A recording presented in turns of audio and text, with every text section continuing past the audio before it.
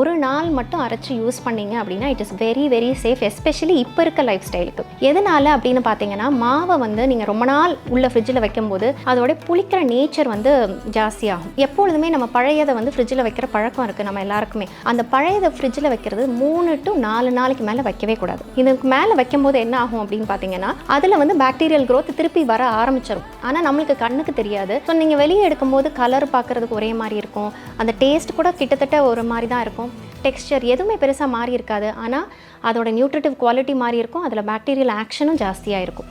So நம்ம என்ன எடுத்த உடனே எப்படி உள்ள ஃப்ரிட்ஜில் வைக்கும் போதே எப்படி வைப்போம் அப்படின்னா, பாதி சூடு இருக்கும் போதே நிறைய பேர் டைம் ஆகிடுச்சு நைட்டு தூங்கணுன்றதுக்காகலாம் அப்படியே உள்ளே வைப்பாங்க. அப்படியெல்லாம் வைக்கக்கூடாது.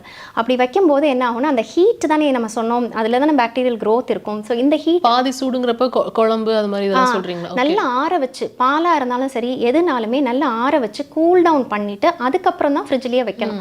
இதுதான் ஃபஸ்ட்டு ஸ்டெப் நம்ம ஃப்ரிட்ஜில் வைக்கிறதுக்கு பார்க்க வேண்டியது. அடுத்து உள்ளே வச்ச பொருட்களை வந்து நம்ம வந்து எடுத்த பிறகு அந்த சில்னஸ் போகணும். நிறைய பேர் என்ன சொல்லுவாங்க, இப்போ சட்னி எல்லாம் வைப்பாங்க, அது வெளியே எடுத்து வச்சுட்டு ஆறிடுச்சு சில்னஸ் போயிடுச்சுன்னா அப்படியே யூஸ் பண்ணுவாங்க. அதை ரீஹீட் பண்ணலை அப்படின்னு சொன்னால் அதில் பாக்டீரியல் க்ரோத் இருக்க வாய்ப்பு இருக்குது. எஸ்பெஷலி 3-4 நாளைக்கு மேலே இருந்தால், நான் சொன்னேன் இல்லையா, 3-4 நாளைக்கு மேலே பாக்டீரியல் க்ரோத் ஆக்டிவிட்டி அதில் இருக்கும்.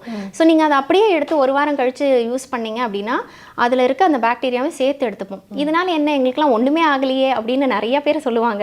ஆனால் என்ன ஆகும் அப்படின்னு பார்த்தீங்கன்னா, உங்களோட இன்டெஸ்டைனல் ஃப்ளோரான்னு சொல்லுவோம் இல்லையா, நல்ல பாக்டீரியாலாம் இருக்கும், அதெல்லாம் வந்து மெதுவாக இந்த மாதிரி ஃபுட்டு போகும்போது அழிஞ்சிட்டே இருக்கும்.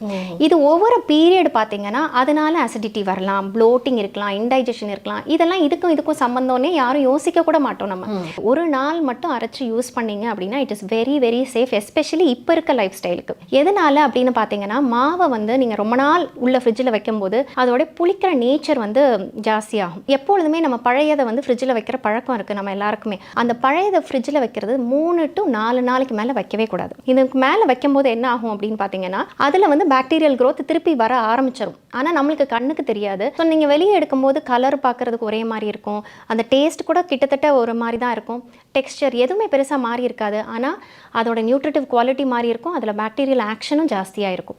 ஸோ நம்ம என்ன எடுத்த உடனே எப்படி உள்ள ஃப்ரிட்ஜில் வைக்கும் போதே எப்படி வைப்போம் அப்படின்னா, பாதி சூடு இருக்கும் போதே நிறைய பேர் டைம் ஆகிடுச்சு நைட்டு தூங்கணுன்றதுக்காகலாம் அப்படியே உள்ளே வைப்பாங்க. அப்படியெல்லாம் வைக்கக்கூடாது.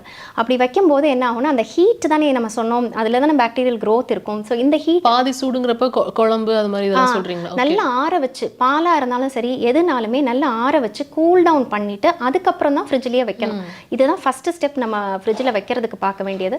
அடுத்து உள்ளே வச்ச பொருட்களை வந்து நம்ம வந்து எடுத்த பிறகு அந்த சில்னஸ் போகணும். நிறைய பேர் என்ன சொல்லுவாங்க, இப்போ சட்னி எல்லாம் வைப்பாங்க, அது வெளியே எடுத்து வச்சுட்டு ஆறிடுச்சு சில்னஸ் போயிடுச்சுன்னா அப்படியே யூஸ் பண்ணுவாங்க.